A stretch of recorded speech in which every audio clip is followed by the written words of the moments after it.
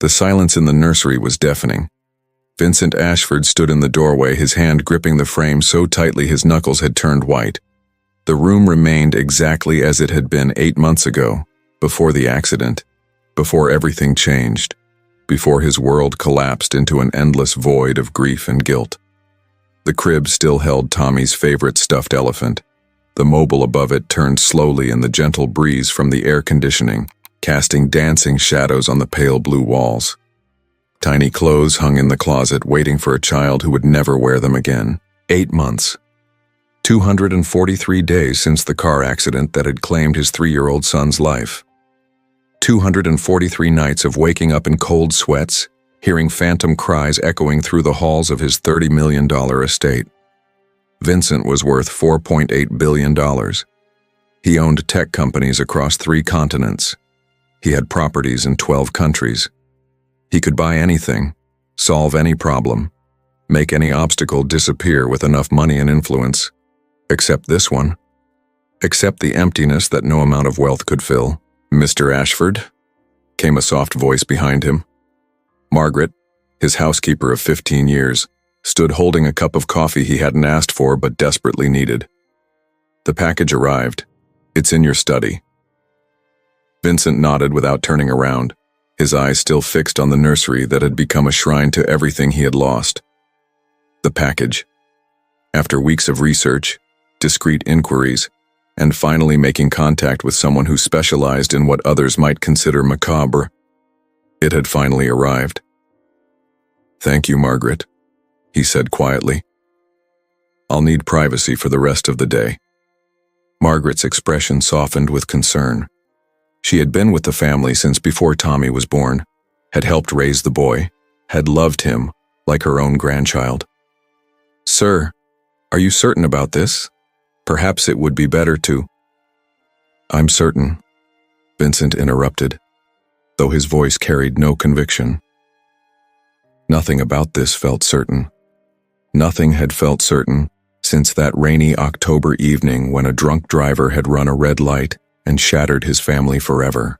His wife Sarah had left 3 months after the funeral, not because she blamed him, though perhaps she should have. He had been the one driving. He had been the one who decided to take the back roads to avoid traffic. He had been the one who hadn't seen the other car until it was too late. Sarah had left because she couldn't bear to look at him anymore without seeing their son's face. Because every conversation between them now revolved around the absence of Tommy's laughter. Because the house they had built together had become a mausoleum of memories too painful to endure. Vincent walked slowly to his study, each step feeling like he was moving through water. The package sat on his mahogany desk, a large, unmarked box that had been delivered by special courier. No return address, no identifying marks, just as he had requested. Inside, wrapped in layers of protective padding, was what the artist called her masterpiece. It had cost him $200,000, a fraction of what he spent on art pieces, but somehow the most expensive purchase he had ever made. Vincent lifted the creation from its packaging with trembling hands. The reborn baby doll was extraordinarily lifelike, so realistic that for a moment, his heart stopped. It looked exactly like Tommy at 6 months old, the same dark hair with the slight cowlick at the crown, the same button nose, the same peaceful expression Tommy had worn while sleeping. The artist, Elena Vasquez, was considered the world's foremost creator of reborn dolls. She worked exclusively with photographs and personal items provided by clients, crafting dolls so realistic they were often mistaken for living children. Her waiting list was years long, but money, substantial money, had a way of moving things along. Vincent had provided Elena with dozens of photographs of Tommy, videos of him sleeping, even clothing and blankets that still carried his scent. The result was breathtaking and heartbreaking in equal measure. The doll felt real in his arms. It had weight, warmth from some internal heating system, and skin that yielded to touch just like a living child's. Its chest rose and fell with artificial breathing. Its eyelids fluttered occasionally, as if it were dreaming. "Hello, Tommy," Vincent whispered, his voice breaking on the name he hadn't spoken aloud in months. He carried the doll upstairs to the nursery, moving slowly, carefully, as if he were truly holding his sleeping son. In the crib, surrounded by familiar toys and blankets, the illusion was almost perfect. Almost. Vincent stood there for hours, watching the artificial rise and fall of the doll's chest, listening to the subtle mechanical sounds that mimicked infant breathing. Margaret brought him dinner, took one look at the scene, and quietly retreated without a word. As night fell, Vincent finally left the nursery, leaving the door open as he always had when Tommy was alive. In his own bedroom, he lay staring at the ceiling, straining to hear any sound from across the hall. For the first time in 8 months, he slept through the night. He woke to the sound of crying. Vincent bolted upright, his heart hammering. The sound was coming from the nursery, soft, muffled sobs that sent him running down the hallway in his pajamas. But when he reached the nursery, everything was silent. The doll lay exactly where he had placed it, motionless except for the programmed breathing function. Vincent stood there for several minutes, waiting, listening. Nothing. Stress, he murmured to himself. Grief playing tricks. The next morning, Margaret found him sitting in the rocking chair beside the crib, the doll in his arms. "Mr. Ashford," she said gently, "you've been here all night." Vincent looked up, surprised to find sunlight streaming through the windows. He had no memory of coming back to the nursery, no recollection of picking up the doll. The last thing he remembered was lying in his own bed, listening for sounds that shouldn't exist. "I must have sleepwalked," he said, though he had never been a sleepwalker before. Margaret's expression was carefully neutral, but Vincent could see the worry in her eyes. "Perhaps you should speak with Dr. Morrison. Grief can manifest in many ways." "I'm fine," Vincent insisted, standing and placing the doll back in the crib. "Just tired, still adjusting." But as the days passed, strange incidents began to multiply. Vincent would find the doll in different positions than he remembered leaving it. Sometimes its clothes would be changed, though he had no memory of changing them. Once he discovered tiny wet spots on its cheeks, as if it had been crying real tears. Most disturbing were the nights when he would wake to the sound of crying, only to find the nursery empty of any sound when he investigated. The crying seemed to follow him through the house, down hallways, into his study, even into the bathroom. But it always stopped the moment he got close to the nursery. Before we continue, comment below which city and country you're watching this story from. And if you haven't subscribed yet, take a moment to subscribe and leave a like. 2 weeks after the doll's arrival, Vincent was working late in his study when he heard a new sound from upstairs. Not crying this time, but soft babbling, the kind of wordless conversation Tommy used to have with his stuffed animals. Vincent climbed the stairs slowly, his heart pounding with a mixture of hope and terror. The babbling grew clearer as he approached the nursery. It sounded exactly like Tommy's voice, the same pitch, the same rhythm, the same little hiccup he used to make when he got excited. But when Vincent reached the doorway, the nursery was silent again. The doll lay motionless in its crib, artificial chest rising and falling with mechanical precision. Vincent approached the crib and leaned down to examine the doll more closely. Its skin was warm, warmer than the heating system should have made it. And there, barely visible unless you knew what to look for, was the faintest smile playing at the corners of its mouth. "Tommy?"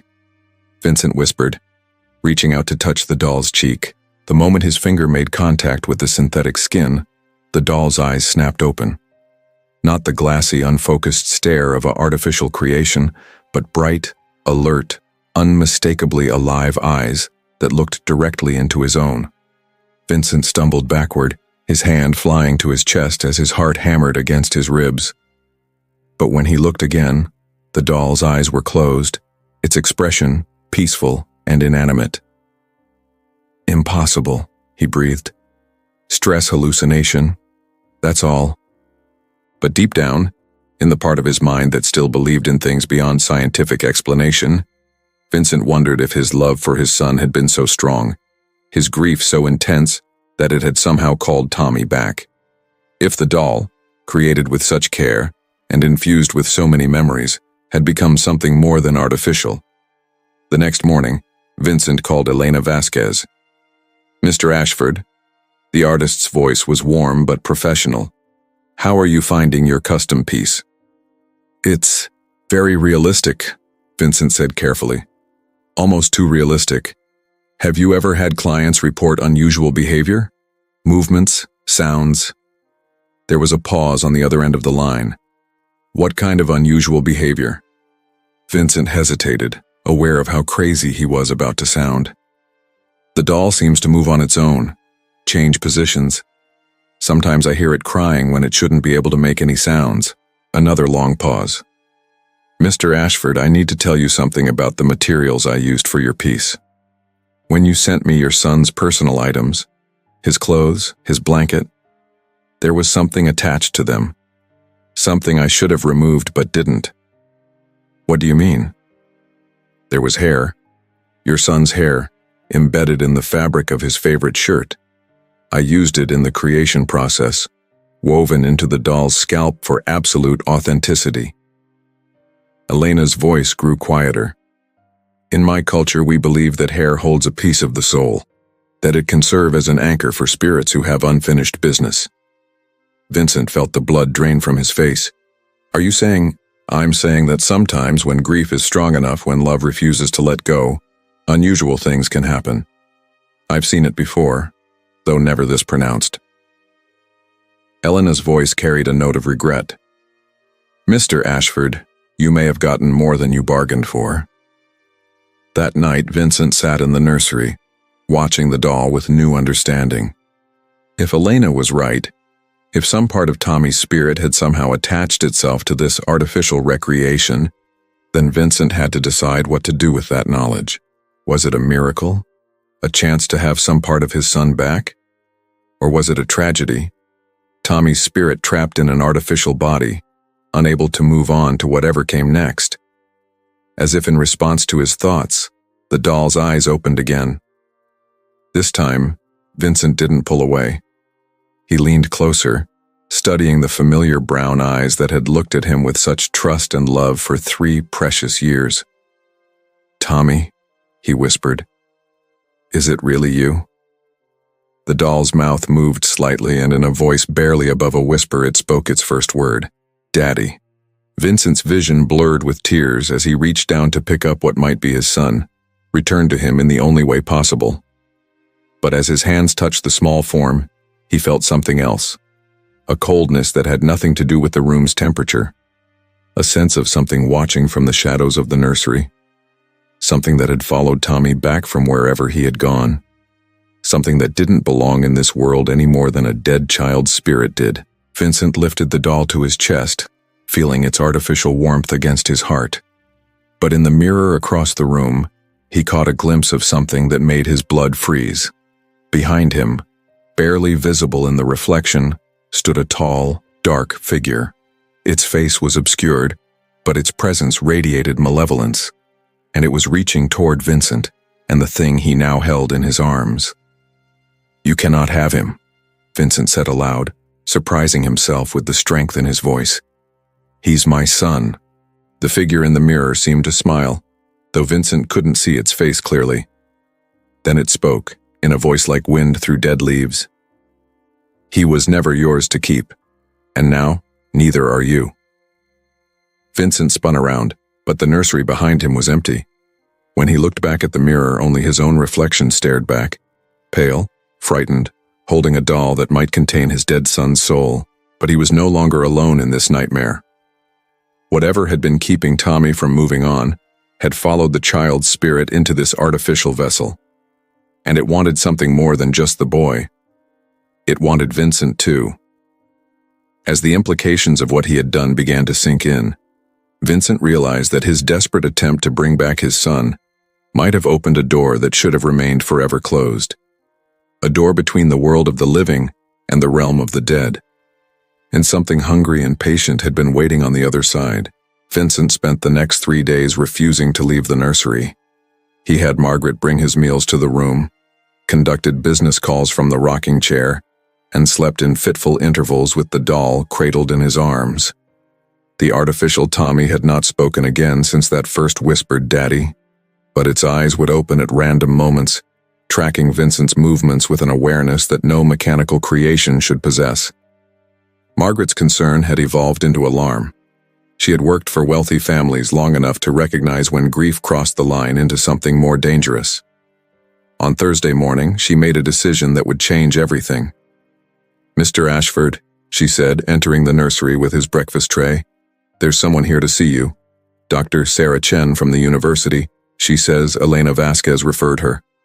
Vincent looked up from where he sat feeding the doll with a bottle, an action that served no purpose since the creation required no nourishment, yet somehow felt necessary. "I didn't request any consultation." "Ms. Vasquez called her," Margaret said carefully, "about the unusual phenomena you reported. Dr. Chen specializes in unexplained occurrences related to grief and trauma."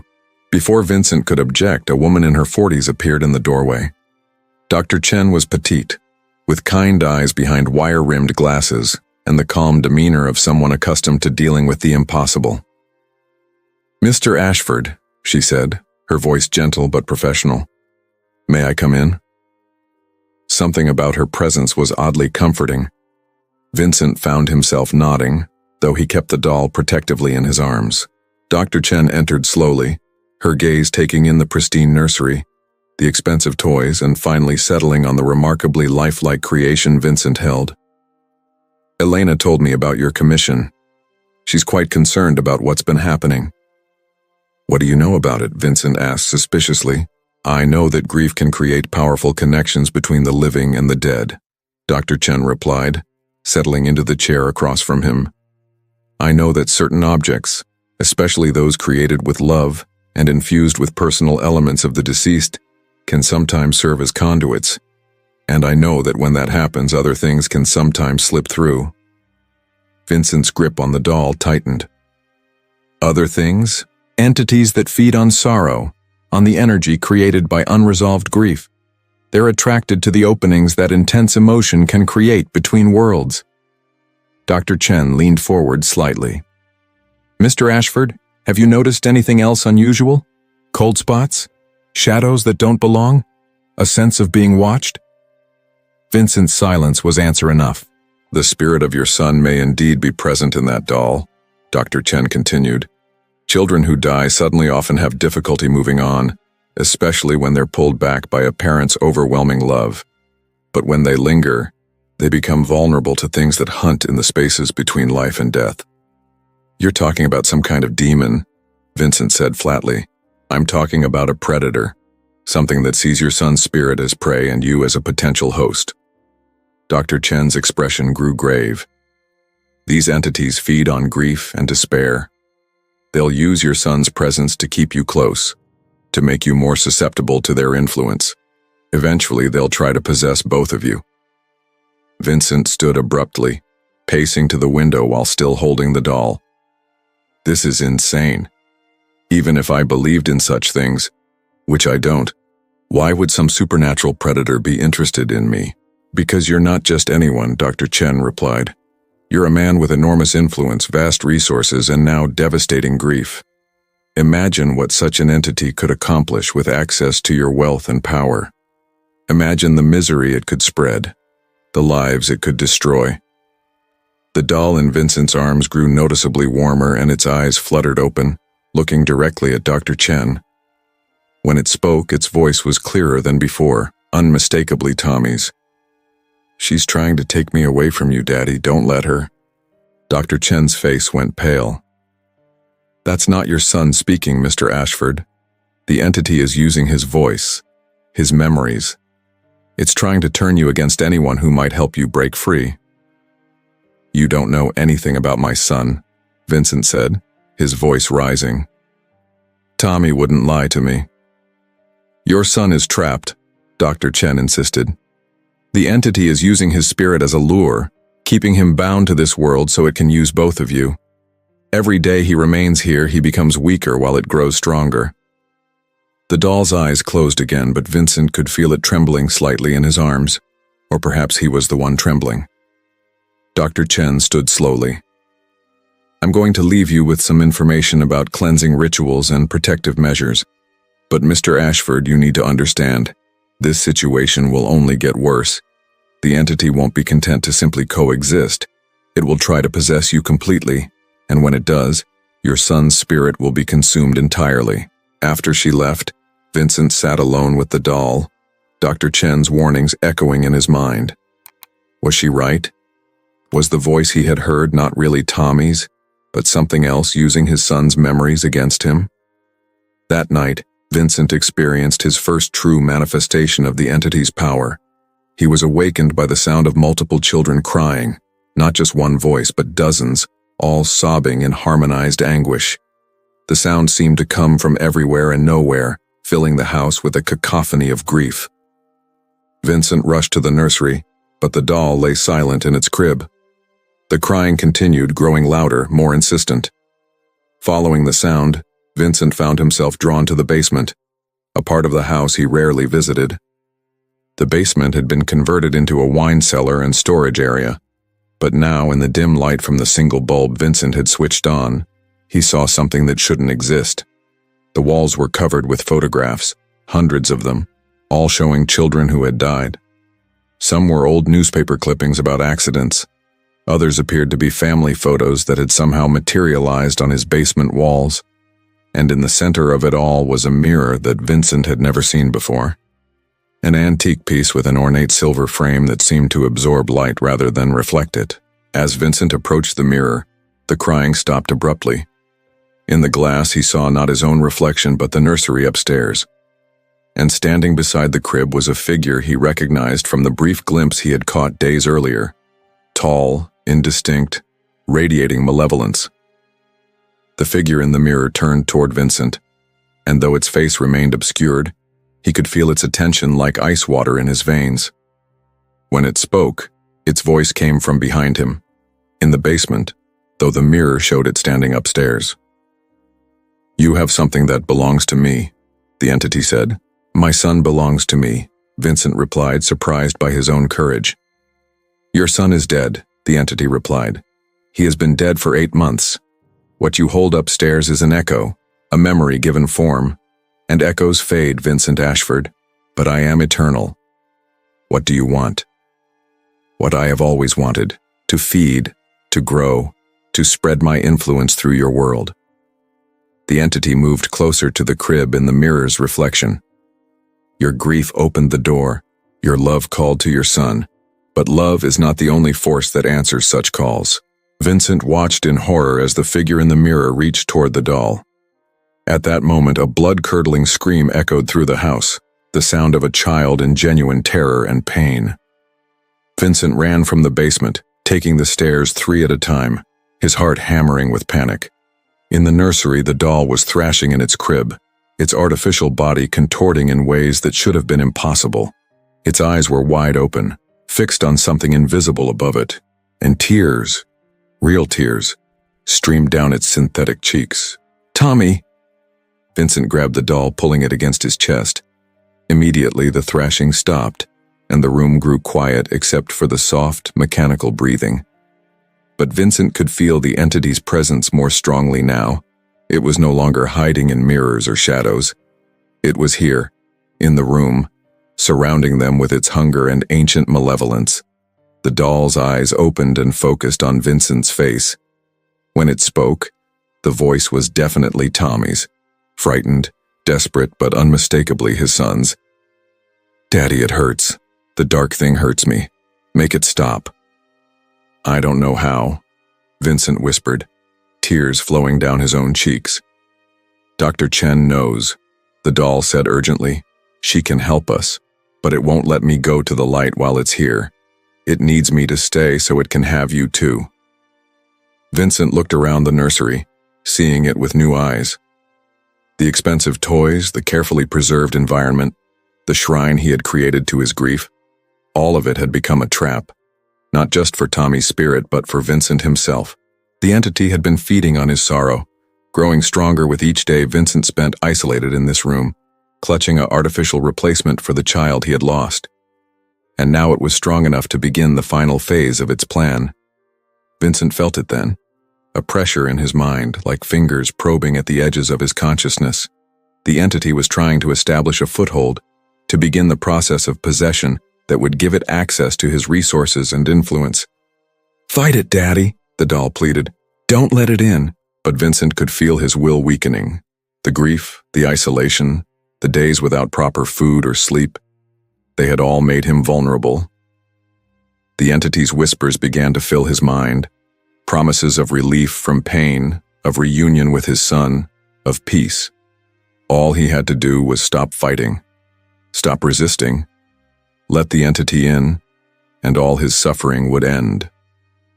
Vincent was about to surrender when Margaret's voice cut through the entity's whispers like a sword through fog. "Mr. Ashford, Dr. Chen is back. She says it's urgent. She knows how to help." The entity's presence recoiled slightly, disturbed by the interruption. Vincent felt a moment of clarity, of his own thoughts returning. The doll in his arms looked up at him with Tommy's eyes. "Go to her, Daddy, before it's too late." Vincent hesitated. Leaving the nursery felt like abandoning Tommy all over again. But staying meant certain possession by something that would use his love for his son as a weapon against them both. "I'll come back for you," he promised the doll. "I know," it replied in Tommy's voice. "I love you, Daddy." Vincent placed the doll gently in its crib and forced himself to leave the nursery. Behind him, he heard the entity's roar of rage, a sound like wind through a cemetery, full of frustrated hunger and ancient malice. Dr. Chen was waiting in his study, along with a man Vincent didn't recognize. Elderly, wearing the collar of a priest with silver hair and eyes that held decades of experience with the supernatural. "Mr. Ashford," Dr. Chen said urgently, "this is Father Kowalski. He specializes in cases like yours. We don't have much time. The entity is preparing for full possession, and once that happens, we won't be able to help either you or your son." "What can we do?" Vincent asked, though part of him, the part that was already being influenced, wanted to refuse their help entirely. "We perform an exorcism," Father Kowalski said simply. "Not just of the entity, but of the connection keeping your son's spirit bound to this world. We have to let him go, Mr. Ashford. It's the only way to save him from being consumed entirely." "Let him go?" Vincent's voice cracked. "You want me to lose him again?" "You want to save him," Dr. Chen corrected gently. "The entity is using your love as a chain around Tommy's spirit. Every day he stays here, he becomes weaker while it grows stronger. Soon there won't be enough of Tommy left to save." Vincent thought of the doll upstairs, of the fear in its eyes when the entity had tried to touch it, of Tommy's voice pleading for help, for an end to his pain. "How?" he asked quietly. "First we cleanse the house," Father Kowalski explained.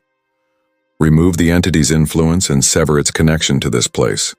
Then we perform a ritual to help your son's spirit find peace and move on to where he belongs." "And if I refuse?" Dr. Chen and Father Kowalski exchanged grim looks. "Then within 24 hours you'll be fully possessed," Dr. Chen said. "Tommy's spirit will be consumed entirely, and the entity will have access to your wealth and influence to spread its corruption across the world." Vincent closed his eyes, seeing Tommy's face not as it appeared in the doll, but as it had been in life, bright, curious, full of joy and innocence. His son deserved peace, not to be trapped as bait for a supernatural predator. "What do you need me to do?" he asked. Before either of them could answer, the lights in the study went out. In the darkness, they heard the sound of something large moving through the house above them. The entity was no longer hiding its presence, it was preparing for war. And upstairs in the nursery, a small voice began to scream. The screaming from upstairs cut through Vincent like a knife. It was Tommy's voice. Not the doll's fake sounds, but real terror from a 3-year-old child. Vincent moved toward the stairs. Father Kowalski grabbed his arm. "That's what it wants," the priest said. "It's using your son to separate you from us, to make you weak." "I can't leave him," Vincent said. Tears ran down his face as Tommy's screams got louder. "You're not leaving him," Dr. Chen said. She pulled tools from her bag. "You're saving him, but we must do this right or we'll all die." The house began to shake, first gently, like a small earthquake, then harder. Books fell from shelves. Picture frames crashed to the floor. The entity was showing its true power now. Father Kowalski opened an old leather bag.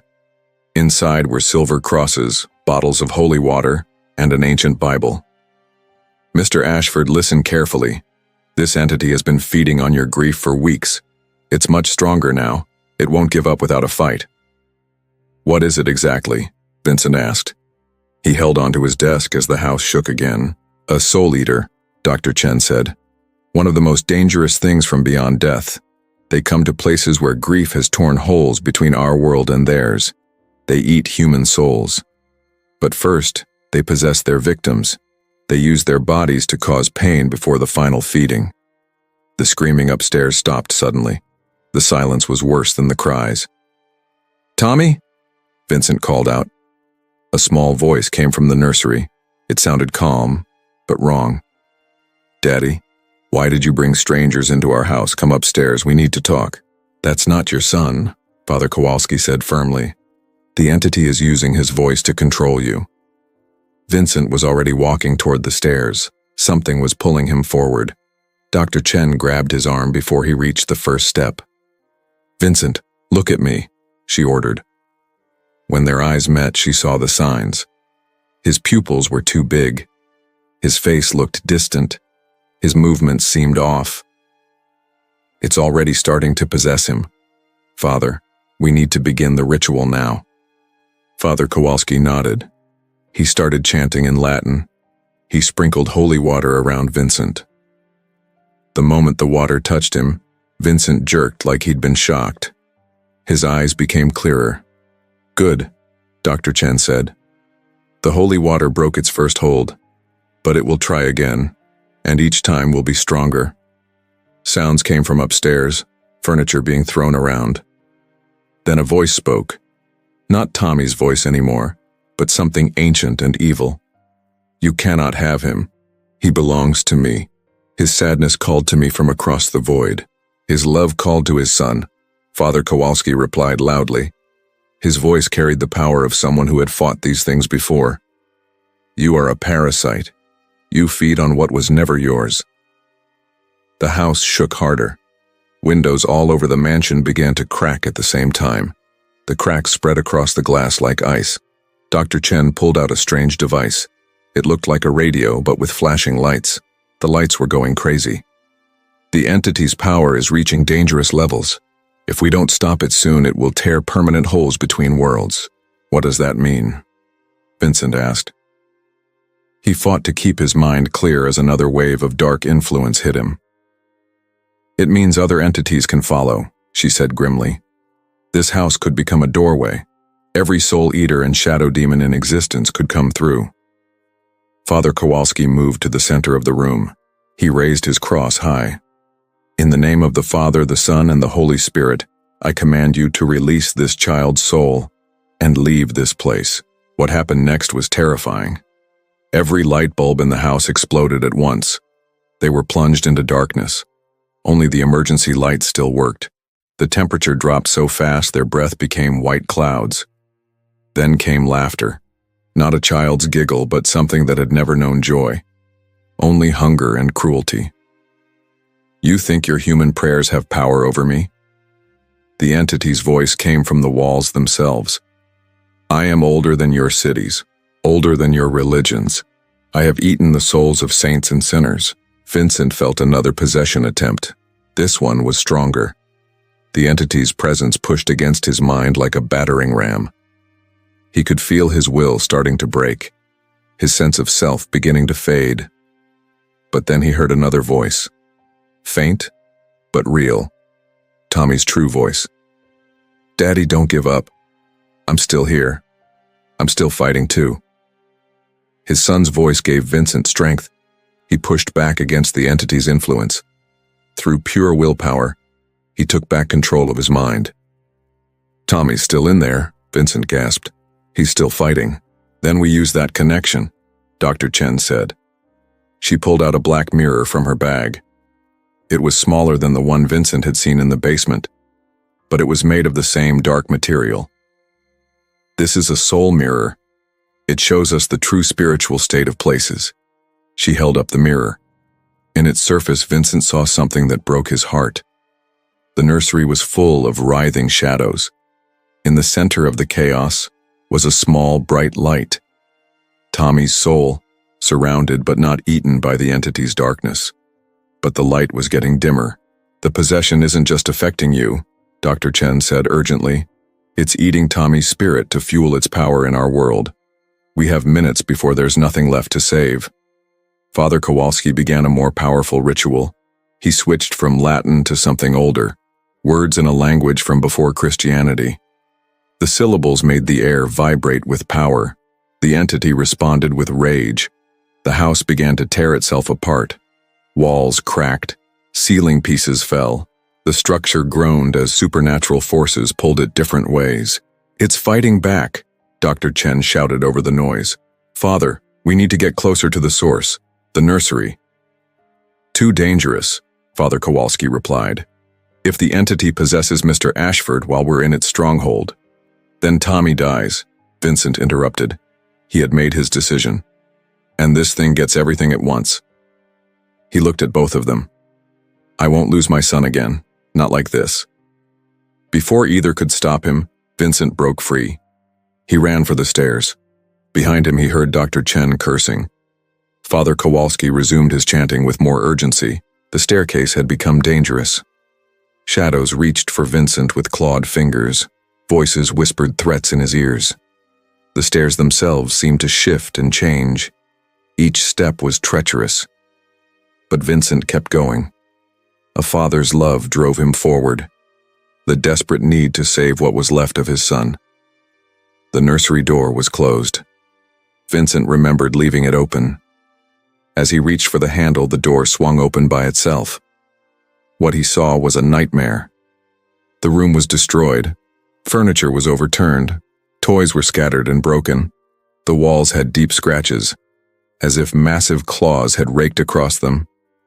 In the center of the destruction stood the doll, but it was no longer the perfect copy of Tommy. The doll's face had changed. It looked sharp and wrong. Its skin was gray. Its eyes glowed red instead of brown. When it smiled, Vincent saw rows of needle-sharp teeth. "Hello, Daddy," the thing said in a voice like breaking glass. "I've been waiting for you." But Vincent could see something else in Dr. Chen's soul mirror. The small bright light that was Tommy's spirit was still there, trapped inside the entity but not consumed yet. "I can see him," Vincent said. He didn't look away from the twisted doll. "He's still in there." "Barely," Dr. Chen confirmed. She joined him in the doorway. Father Kowalski was behind her. His chanting reached a peak that made reality vibrate. The possessed doll laughed. The sound was like breaking glass. "You see what you wish to see, Vincent Ashford. Your son has been gone for months. I am all that remains." "Liar," Vincent said. He stepped into the ruined nursery. "Tommy, if you can hear me, I need you to fight just a little longer." For a moment, the doll's face flickered. Vincent saw Tommy's real face. Frightened, but brave. Just like when he was alive and facing something scary but necessary. "Daddy," Tommy's voice broke through the entity's control, weak but clear. "It hurts so much. I want to go to the light, but it won't let me. It says if I go, you'll be all alone." Vincent knelt in front of the corrupted doll. Tears streamed down his face. "Tommy, listen to me. You don't have to stay for me. I'll be okay. You need to go where you belong, where you'll be safe and happy." "But who will take care of you?" Tommy asked. His voice got fainter as the entity fought back. "I'll take care of myself," Vincent promised. "The way you would want me to. I'll live, Tommy. Really live. Not just exist in this shrine to sadness." Father Kowalski stepped forward. His ritual reached its peak. "By the power of light over darkness, of love over hate, of life over death, I command you to release this child's soul." The entity roared. Its voice came from everywhere at once. The doll began to float. It spun rapidly as red light poured from its eyes and mouth. "You cannot have him," it screamed. "His pain feeds me. His father's grief feeds me. I will not be denied." But Vincent stood firm. He looked at the spinning doll with love instead of fear. "Tommy, I release you. I let you go with love. Find peace, son. Find the light." The small bright spark of Tommy's soul suddenly blazed brighter in the mirror. With a sound like a bell ringing, it broke free from the entity's grasp. It rose toward the ceiling and disappeared through the roof. The entity screamed with rage and hunger. The sound shook the whole mansion. The doll crashed to the floor. It cracked and split as the supernatural energy fled back to whatever realm it came from. But the entity wasn't finished. Without Tommy's soul, it turned all its attention to Vincent. It launched a final, desperate attempt at possession. Vincent felt the entity slam into his mind like a train. For a moment, he was drowning in its hunger and hatred. He could feel his sense of self being torn apart. Something ancient and evil tried to replace him. But then he heard something that gave him strength. Not Tommy's voice this time, but his own voice. Words he had said to his son every night for 3 years. "I love you, Tommy. Sweet dreams. See you in the morning." Those words, repeated thousands of times with real love, became a shield. The entity could eat grief and despair, but it had no power over pure, unconditional love. With a final shriek of frustration, the entity was thrown out of the house. It was banished back to whatever dark realm had created it. The supernatural cold lifted. The house stopped shaking. Silence returned to the nursery. Vincent collapsed to his knees among the ruins of his shrine to grief. But for the first time in 8 months, he felt something other than despair. He felt peace. 3 months later, Vincent Ashford stood in the nursery for what would be the last time. The room had been completely renovated, the damaged walls repaired and painted a warm, neutral cream color. The specialized nursery furniture had been replaced with simple, beautiful pieces that could serve any child. Most importantly, the oppressive atmosphere of grief and desperation that had once filled the space was gone, replaced by something lighter and more hopeful.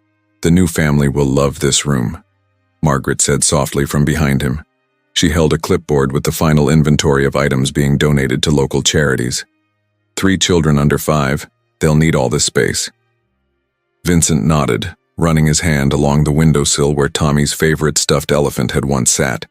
The elephant now resided in a memory box in Vincent's study, alongside photographs and a few carefully chosen mementos, enough to honor his son's memory without creating another shrine to suffering. "Have you decided about the foundation?" Margaret asked gently. Vincent smiled, a real smile, the first she had seen from him since the accident. "The Tommy Ashford Foundation for Child Safety will begin operations next month. We're starting with improved car seat technology and drunk driving prevention programs." After the exorcism, Vincent had spent weeks in therapy with Dr. Chen, learning to process his grief in healthy ways. He had also met with Father Kowalski regularly, not for religious counseling, but for guidance in understanding what they had experienced together. Both had helped him see that Tommy's spirit had not moved on to torment or oblivion, but to a place of peace where a 3-year-old's soul could rest and grow in ways the physical world couldn't provide. The hardest part had been letting go of the guilt. For months, Vincent had believed that his son's death was somehow his fault, that if he had been a better driver, taken a different route, left 5 minutes earlier or later, the accident never would have happened. Dr. Chen had helped him understand that grief often manifests as guilt, because it gives the mourner an illusion of control over the uncontrollable. Accepting that some tragedies simply happen, with no one to blame and no way to prevent them, is one of the hardest parts of healing, she had explained. But it's also the most important, because only when we stop trying to rewrite the past can we start building a meaningful future. The foundation would be Vincent's way of channeling his experience into something constructive. He couldn't bring Tommy back, couldn't prevent every child's death, but he could use his resources to make the world a little safer for other families. It felt like the kind of legacy Tommy would have wanted, not a monument to his death, but a celebration of life and a protection for the living. Margaret descended the stairs ahead of him, leaving Vincent alone for his private goodbye. He pulled out his phone and opened the last video he had taken of Tommy, just 2 days before the accident. In it, the 3-year-old was building a tower with blocks, chattering happily about making it tall as Daddy, while demonstrating the fearless confidence that only small children possess. "I'm going to be okay, Tommy," Vincent said quietly to the empty room. "It took me a while to figure out how, but I'm going to be okay. And I'm going to make sure other kids like you are safer because you were here." A warm breeze stirred through the open window, carrying the scent of the garden where Vincent had planted a small tree in Tommy's memory. Not the elaborate monument he had originally planned, but a simple oak that would grow strong and provide shade for decades to come. The house itself was being sold to a young family with 3 children who had fallen in love with the property's warmth and potential. Vincent had been honest with them about what had happened there, both the accident that had claimed Tommy's life and the supernatural events that had followed. To his surprise, they had been understanding rather than frightened. "Grief can make any house feel haunted," the mother had said. "But houses aren't haunted by the dead. They're haunted by the living who can't let go. If you've found peace, then so has this place."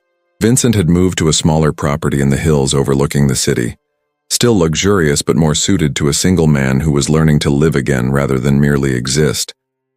Dr. Chen had been right. Healing required him to build a new life, not try to reconstruct the old one.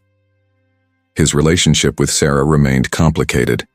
They had met twice since the exorcism, both times at Dr. Chen's office, working through their shared grief and the reasons their marriage had ended. They would never be together again. Too much pain lay between them for that. But they were slowly finding their way to a different kind of relationship, one based on shared memories of Tommy rather than shared blame for his loss.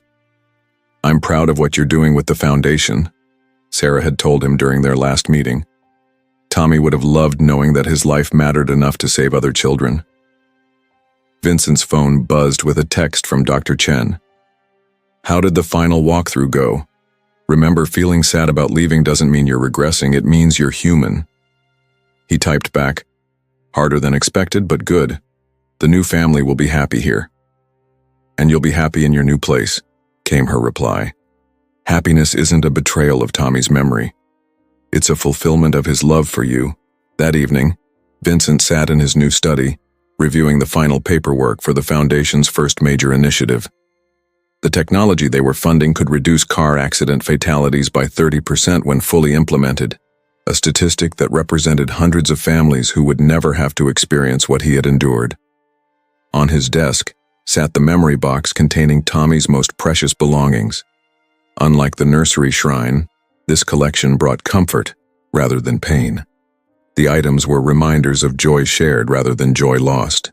As he worked, Vincent became aware of a familiar presence in the room. Not the malevolent entity that had once terrorized him, but something warm and loving. He looked up to find a soft, golden light hovering near the window, barely visible, but unmistakably present. "Hello, Tommy," Vincent said quietly, feeling no fear, only love. The light pulsed gently, and for just a moment Vincent could have sworn he heard an echo of his son's laughter, not trapped or desperate as it had been in the doll, but free and joyful. Then the light faded, leaving behind only the peaceful silence of a house where healing lived. Dr. Chen had warned him that he might occasionally sense Tommy's presence, especially during significant moments or times of important decision-making. When a parent and child love each other deeply, she had explained, that connection doesn't end with death. It transforms. The unhealthy attachment that the entity exploited has been replaced by something pure. Love without possession, connection without binding. Vincent returned to his work, but with a lighter heart. Tommy was at peace, free to exist in whatever realm awaited souls like his. And Vincent was learning to be at peace as well, building a life that honored his son's memory through action rather than mourning. The Foundation's work would expand over the years. In addition to car safety technology, it would fund research into childhood diseases, support families dealing with the loss of a child, and advocate for stronger drunk driving penalties. Each initiative would carry Tommy's name, but more importantly, each would carry forward the love that had defined his short life. 6 months after the exorcism, Vincent received an unexpected visitor. Elena Vasquez, the artist who had created the Reborn doll, arrived at his new home with a small package. "I wanted to see how you were doing," she said, settling into his living room with the careful movements of someone still processing guilt. And to give you this. The package contained a small sculpture, not a doll, but an abstract representation of a parent and child, carved from a piece of white oak similar to the tree Vincent had planted in Tommy's memory. "I've stopped making reborn dolls," Elena explained quietly. "After what happened with Tommy's piece, I realized I was enabling unhealthy grief rather than helping people heal. This is different. It's meant to represent love and connection without trying to replace what was lost." Vincent studied the sculpture, feeling its warmth and beauty. Unlike the doll, which had been an attempt to deny death and maintain an impossible connection, this piece acknowledged both loss and love, representing the healthy way that bonds between parent and child can continue beyond physical separation. "Thank you," he said. "It's beautiful." "I've also started a new project," Elena continued, "working with Dr. Chen to create therapeutic art for families dealing with loss, pieces that honor memory without preventing healing." It was another ripple effect of Tommy's brief return to the world, not just Vincent's foundation, but Elena's transformation of her art, Dr. Chen's expanded research into grief therapy, even Father Kowalski's new protocols for dealing with supernatural manifestations of unresolved sorrow. As the first anniversary of Tommy's death approached, Vincent found himself approaching the date with anticipation rather than dread. He had planned a celebration of his son's life, a small gathering of family and friends sharing stories and memories, followed by the official launch of the Foundation's first major program. The night before the anniversary, Vincent sat in his garden looking up at the stars and thinking about the journey that had brought him to this point. A year ago, he had been a broken man consumed by grief and guilt, willing to risk everything for the illusion of having his son back. Now he was someone who had learned to carry love without being crushed by loss, to honor memory without being imprisoned by it. His phone rang. The caller ID showed Dr. Chen's number. "Just checking in," she said when he answered. "Tomorrow's going to be emotional, but I think you're ready for it." "I think so too," Vincent replied. "For the first time since the accident, I'm looking forward to something instead of just enduring it." "That's the definition of healing," Dr. Chen said. "Not the absence of pain, but the return of hope." After they hung up, Vincent remained in the garden for a while longer, listening to the night sounds of his new neighborhood. Somewhere in the distance, he could hear children playing, their laughter carrying on the evening breeze like music. Before we continue, comment below which city and country you're watching this story from. And if you haven't subscribed yet, take a moment to subscribe and leave a like. The sound didn't bring pain anymore, only a bittersweet recognition of the life Tommy had lived and the lives other children would continue to live because of the foundation created in his memory. Vincent rose and walked back into his house, passing the study where Elena's sculpture sat on a shelf beside photos of Tommy. Not the desperate shrine he had once maintained, but a simple, healthy acknowledgement of a beloved child who had lived, been loved, and was remembered with joy rather than despair. In his bedroom, Vincent followed the nighttime routine he had been developing over the past months. A few minutes of reading, some quiet reflection on the day's accomplishments, and then sleep that came naturally rather than as an escape from consciousness. As he turned off the light, Vincent spoke words he had begun saying each night. Not the desperate pleading of early grief, but a simple expression of ongoing love. "Good night, Tommy. Thank you for teaching me how to love without holding on too tight. See you in my dreams." The anniversary dawned bright and clear. Vincent woke refreshed, feeling Tommy's presence not as a supernatural manifestation, but as a warm memory, a continued connection based on love rather than loss. The celebration was everything Vincent had hoped it would be. Friends and family shared stories of Tommy's short but vibrant life, focusing on his curiosity, his laughter, and the joy he had brought to everyone who knew him. Sarah was there, looking healthier than she had in months, contributing her own memories of their son's boundless energy and infectious enthusiasm. "He would have loved this," she told Vincent during a quiet moment between speakers. Being remembered for how he lived, not how he died. The Foundation's launch was equally successful. The first safety technology pilot program would begin in 3 school districts, with the potential to expand nationwide if the initial results proved positive.